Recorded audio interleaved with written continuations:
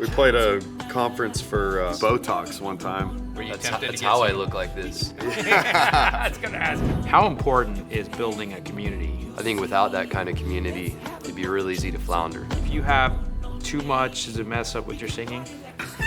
I mean, I've been drunk touring many years. You asked how he got this voice. A big thank you to our sponsors for making this show possible. Hey everybody, welcome back to the Fred Minnick Show presented by BAXUS. If you're like me, you're probably tired of going to stores and trying to find bourbon that just isn't there, or getting online and seeing how expensive those bourbons are. That's why I started going to BAXUS. BAXUS.co is a marketplace for spirits where people like me, and you'll see my friends here, collector to collector, we're buying and selling and trading and storing our very best spirits. This is where the good shit is, y'all, at BAXUS. Go to BAXUS.co, use Fred25 at checkout for $25 off your first purchase. And now with me, two very good friends. I'm so excited because they're so talented. Shane Smith and Bennett Brown. Good to see y'all. What's up, man? How are you, man? Doing well. Doing well. Thanks for having us. Absolutely. So Shane, I have a policy on Okay. this show. All right. We can't show this much chest. Oh, okay. So okay. I brought Bennett an ascot. Oh, man. Look at that. A Nice whiskey silk. bib. Oh, yeah. Little whiskey bib. Tie it up. Give it a good old bow on. Does he go like this everywhere? 100%. Yeah. Weddings, funerals. Yeah. We've played. McDonald's. We've played all of the things. We played a conference for, what was the medical Botox. company? Botox one time. Looked just like that. Yep. Yep. Whole deal. Were you That's tempted to get how some? I look like this. I was gonna ask. Yeah. Were you tempted to get a little injection in there? Yeah, they didn't give us any discount or anything, so we politely declined. But And it's just been so awesome to see y'all's rise the last couple years with a connection to Yellowstone. I'm such a fan. I've seen you play multiple times in person, and I don't think there are many more talented bands live. And we were talking about this before we started playing or started recording, and that is that there are so many bands that just focus on the studio and their live performances stink. You all are so amazing live. And I know you don't think much of your studio work too, but I think that's great. But your live performances are phenomenal. thank you. Yeah, we were saying this earlier, but it's almost like we did the opposite of like what a lot of bands do. I feel like a lot of bands in the upfront, they focus on content, or nowadays it's content, right? And like for like social media and stuff, but a lot of bands put so much emphasis in that in the recording process, whether it's content or it's studio recordings. And we just started playing shows, and we just never stopped playing shows. And then as a result of that, it almost like set us back on the recording side.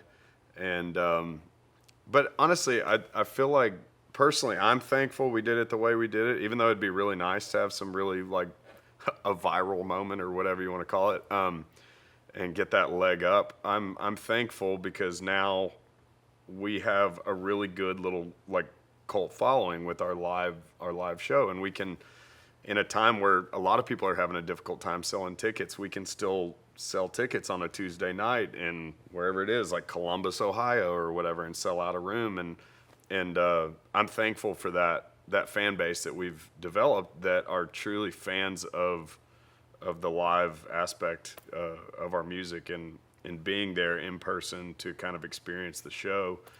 And so now I feel like we're at a place where we're trying to put one big step forward and kind of catch up on the studio side of things and the recording side of things. And hopefully those meet up and it's a success. But The anti-auto tunes is what I like to call Yeah. you all. for sure. You know, so we're going to go to our first pour here. This is a Woodinville, so it's going to be right here for you. This is a 90 proof. This is going to be how we get everything going. Yeah, you all have to share a glass. Yeah, it's fine. This is a low budget show, Hey. so we only have so many glasses. Yeah. Yeah. I'll drink it through my filter. There you go. Wipe your mouth.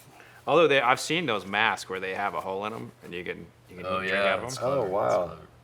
So how did you all two meet? We linked up in I think 2009 is when I had moved to Austin, He was going to school at University of Texas at the time. taste it. Oh yeah, what are you doing? I thought we were smelling it. I don't know.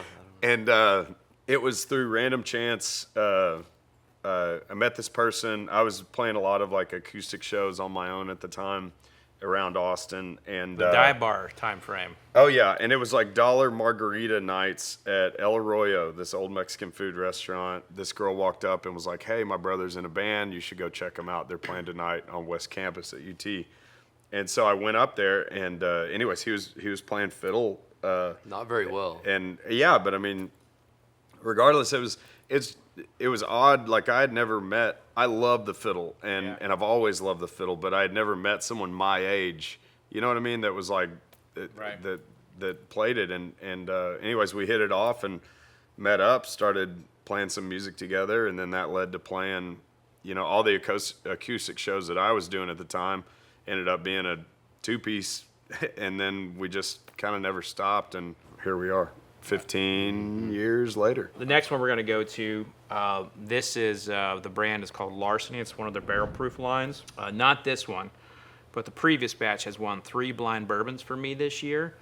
And last year's batches took 2nd and 3rd in my top 100. This is my first time actually tasting this one. This is Larceny B524. So Shane, I read a quote from you that you coming up the dive bars, that you all would hang out at the merch table and get to know your fans. And you made the suggestion to anybody starting a band today to really get to know your fans and be in the trenches for all that. And I've seen a lot, all the bands that are successful, they've built kind of a community of their own folks. How important is building a community for a band today? I mean, for us, it's been everything. Because random examples, but this, and this is to Shane's credit. He'll talk to anybody and become friends with them and stay in touch with them. He's really good at that. And so when your bus burns down and you don't want to skip the gig, somehow this guy will be in his phone and an RV will show up with a new trailer and get us to the show, and someone else will meet us there with Walmart clothes and instruments. So I think without that kind of community, it'd be real easy to flounder with a small business. For sure.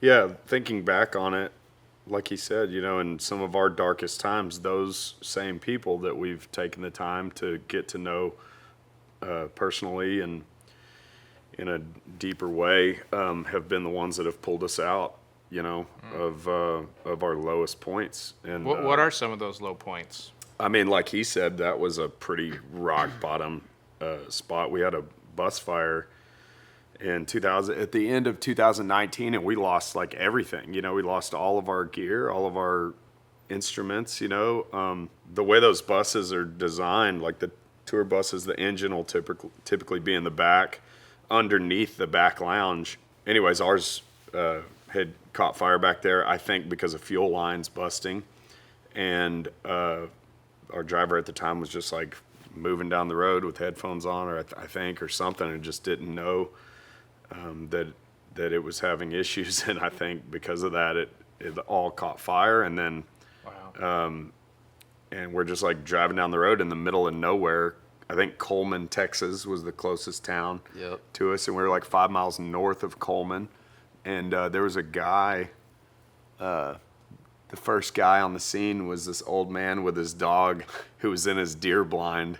It was I saw black smoke and knew I needed to... No, the best part is we called the fire department, right? And so this old boy shows up full camo with his dog and a water tank in the back of his truck, and he puts it in park, and we think, all right, sweet, this is kind of the VFD. He's going to start putting the fire out, and he just gets out and keeps watching the fire. He's like, yeah, that's a big fire. I was in the deer blind, seeing the smoke, figured I ought to come out. Yeah. And we're like, oh yeah, should we spray? He's like, oh no, ain't no use. Yeah, and yeah, so we literally. just sat there and commiserated. We just sat there and hung out with him and watched our lives burn away. And wow. I mean, to their credit, the fire department, they finally got there 45 minutes later. But there is no fire department. It's it was a volunteer fire department. These people had to get off work and hustle to come together. I mean, to their credit, I think they got there as quick as they could, but it was already, it was toast, pun intended, by the time they got there. And the problem was the keys to our trailer were in the bus, and we couldn't go back in the bus because it was on fire to get the keys to run around the back of the trailer and open it up and start getting all of our stuff out. Anyways, it was a disaster. Like, when I say we lost everything, like, I had to get a locksmith to make 9 sets of car keys. You know what I mean? It was like stuff like that. Like, we were in, like, half of us were in our underwear out on the highway, just watching it. And anyway, so yeah, that was a low point for us for sure, to answer your question. But at the same time, we made the show happen that night. And it's all through that same network of people like we were talking about, and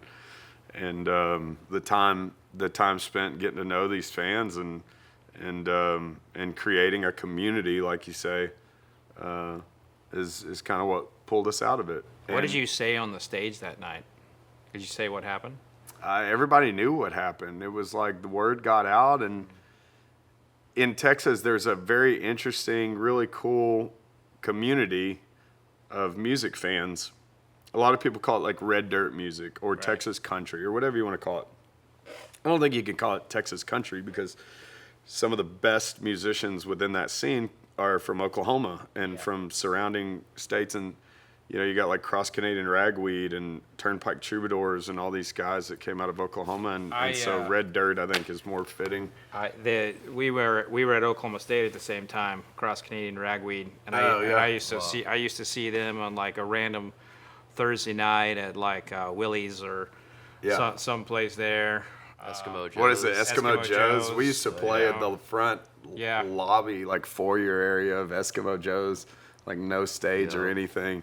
But what I was getting at is like there's this community, which you're obviously familiar with, in Texas, of this big fan base that's really unique. And we've toured all over the United States, and I can personally say I've never seen a fan base that compares to this, like a community of fans that compare anywhere close to what you see there on an independent level to give independent musicians a leg up. And as a result of that fan base being there, you have these radio stations that are dedicated to that audience that are like red dirt stations.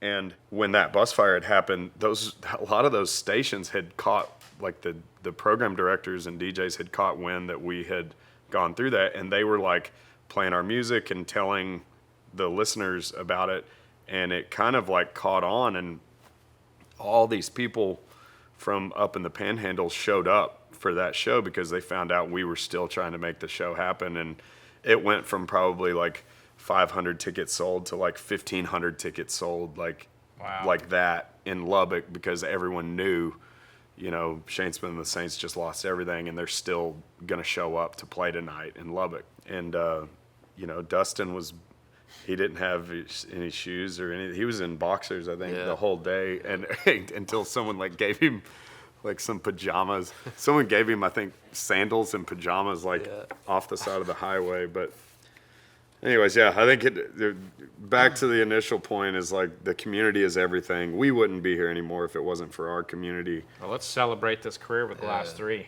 Heck yeah. Let's do it. This is Penelope, 9-year-old, barrel strength. I hear a lot of fighting through. I don't hear any like conversations or thought of like you almost gave up at those low points. Was there ever a moment where you about said, "We're done"? I think we were pretty close, man. We've had some shouts in the back of an old meth-looking RV, questioning our life trajectories and what are we doing, but for sure. I think it comes back full circle to the same subject. Our role is just to celebrate a shared culture with our fans we're a part of. We are fans of all the other bands that are doing the same thing. And so we're just kind of sharing that with everybody.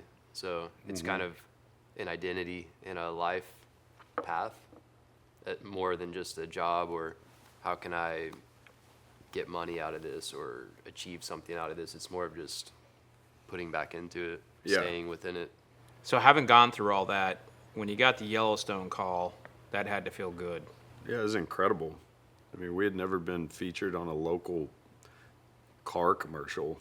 You know, like our music wasn't used for anything on film or TV or, you know, nothing, even on a local level. And yeah, it was like after the fire thing happened, that would have been like end of 2019. I can honestly say, like you talk about giving up. Like I told my buddy Danny Sachs, like, hey, like I think I can't do it. He was like, I can't believe y'all didn't cancel the show, for one. And for two, y'all just sold out the Gothic Theater on like a Thursday. It's like dead of winter in Denver. Nobody's selling out these rooms in the winter time. And I was like, oh, that's cool. Anyways, I essentially told him, like, I don't see us bouncing back from this, because it just seemed like almost too long of a road, a path.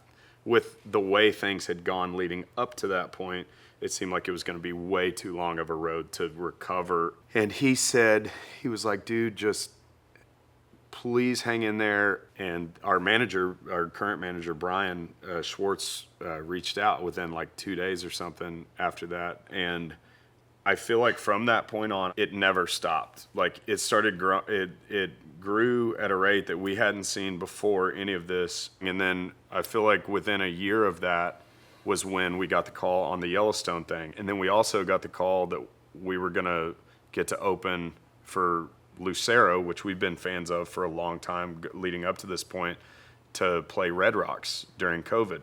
So we got to play Red Rocks for the first time. And then we got a call from Whiskey Myers to do 55 shows with them around North America on a tour, which we've been huge fans of those guys. And they've worked harder than I think anybody, or, you know, in our world in terms of hard ticket, like touring. And that's just how it went from then on. And the Yellowstone thing was like, it was all just a connecting of dots for us. The second the Yellowstone thing aired, it was like every fan we ever had up to that point was like, I told you so, to everybody. I got a nice little surprise for you boys. Gonna dip back. Oh my gosh, I just realized this like vault of fancy all kinds of alcohols. good juicy stuff here. So this is a vintage Jim Beam, Whoa. and you know, you're not finding this in the store anytime soon. This is one that I got at my presenting sponsor, BAXUS. So they have all this really rare shit on there. It's basically like a marketplace for us assholes who, for all we do is like buy bourbon, you know, and spend way too much money on it. But you can find really good bottles there. I actually only paid, I think, like $400 for this. And, well, you know, Hey, that's a lot to us. I've never seen that before. That's really cool. I gotta say, $400 for like a vintage bottle. I mean, a few years ago, it might have been a little bit more, but the vintage bottles, you can get a little bit more affordable now. What's not affordable are like Pappies and things like that. That shit's just bizarrely overpriced.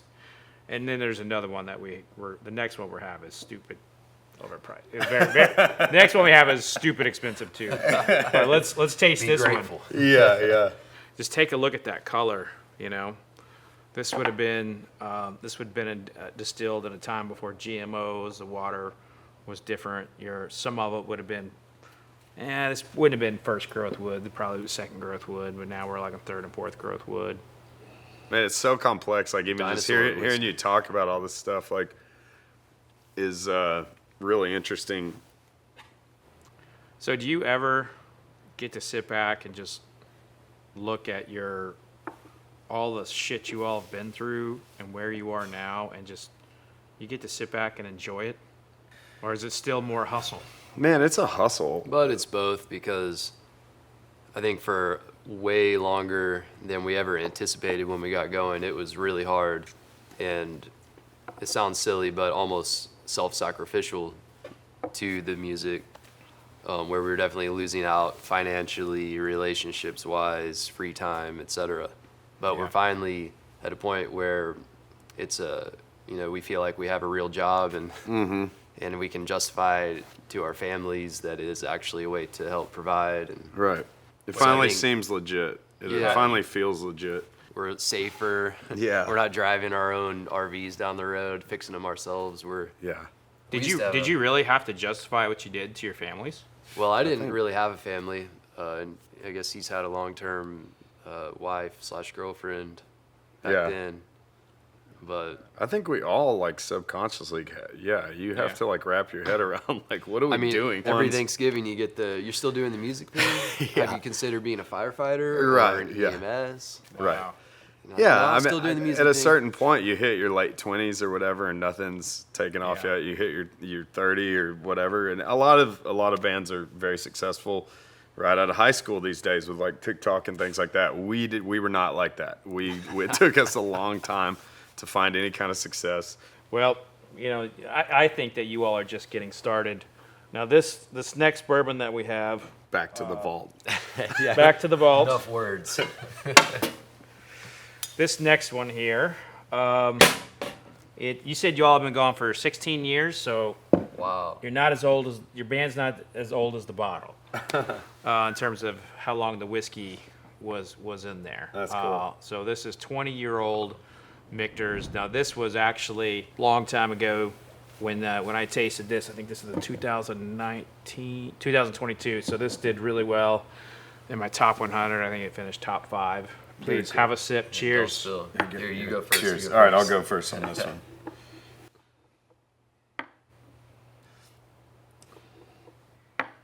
Yeah, that was delicious. There's almost like I'm gonna sound like such an idiot saying this, Wow. but like there's almost like a sweet like aftertaste like back end of that is Yeah. like almost like a caramel or like sweet something at the end of that. It's really good. This is Yeah. a beautiful whiskey, and it is shockingly sweet. All right, so I've got 2 oh for man. you all here. Now this one, not going to tell you what it is just yet, but I want to see your reaction on it. I just kind of want to see your thoughts. Okay. Wait, are you temperamental? Like if you have too much, does it mess up with your singing or anything? I mean, I've been drunk touring many years. You asked We- how he got this voice. Yeah, hey, let's talk about Deep in a it. whiskey Listen to my barrel. voice like 15 years ago versus now, and we're gonna be just fine. It'll be. I was like, I don't want that call from Brian that Shades. Oh, dude, Brian's probably panicking that we're doing this before the first Ryman show for sure. Hey, That's at least we're on camera so he can count yes, our servings. Yeah, Instead of in a back alley. Whatever happens after you leave this set, I am not responsible for. yeah, Brian, we're being very responsible. Where's Sign the your camera? waiver for you. We're your being whiskey very waiver. responsible with our whiskey consumption. We have an expert with us. That's right. So it's tasting and it's classy. All right. Whoa. That's like, It's definitely different. well, it's like crazy amount of bite with a crazy amount of like sweet flavor profile to me. Like out the gates, it's like hot. Like has a big bite to it, but it's like, Call me crazy, but it has a lot of tannins in it, right? It's old. It's the oldest thing you've tasted. Like it's almost reminiscent of a very oaked, like Cab Sauvignon Yeah. from the wine world. That kind of dry, chalky texture. I mean, it's really good, but there's a lot of bite to it. But it's like, I don't know. There's like, normally if like it's a, I don't know. There's, I don't know how to explain this because I have no complexity with my taste Hey, you're buds. a songwriter. Hey, Make I up a can't metaphor. smell well, meaning I can't taste well either. I'm assuming. This is like a cloud rolling in across the middle. Yeah, exactly. Yeah, that's how I should have done it. But yeah, a lot of bite, but a lot of good flavor with it. So you've been tasting an exclusive pick on BAXUS. This is a 28-year-old Canadian whiskey at 162 proof. All right. So what's your thoughts on this? I mean, it's really good. There's a lot of heat to it. Like I said, out the gates, and then on the back end of it, you still feel the heat of it. But the flavor is like really awesome. Yeah, definitely sweet. An Obtainium. It does not the taste name. cheap. I don't know how else to say that. It No. tastes very expensive, but with a lot of like heat to it. Bottled for BAXUS. Oh yeah. Okay, so that's the. Yeah, so this is one of those nice, rare bottles you can get over there on BAXUS. But I'll tell you this, they have to ship it by ground. They can't ship it to you in the air. True moonshiner So fashion. you can't get this overnight unless you're down the street. Man. Get it in a plastic jug in the back of a pickup truck. Yeah. Yeah, I didn't even think that through, that certain liquors would have a hard time. Like, are there other, like, what is the threshold for like being on a plane for shipping? Is it 100 proof? I think it's one once you pass 150. This one is like very detailed. We got 162.4. So I did check a bag. I checked a bag with a bottle of like 142 proof. So Really? yeah, so I was able to do that, but not with my lithium batteries. Can't check those. Can't do that. Well, gentlemen, Or thanks e-cigarettes. for coming on. I love your music. You guys Cheers are with this one. absolutely awesome. Cheers.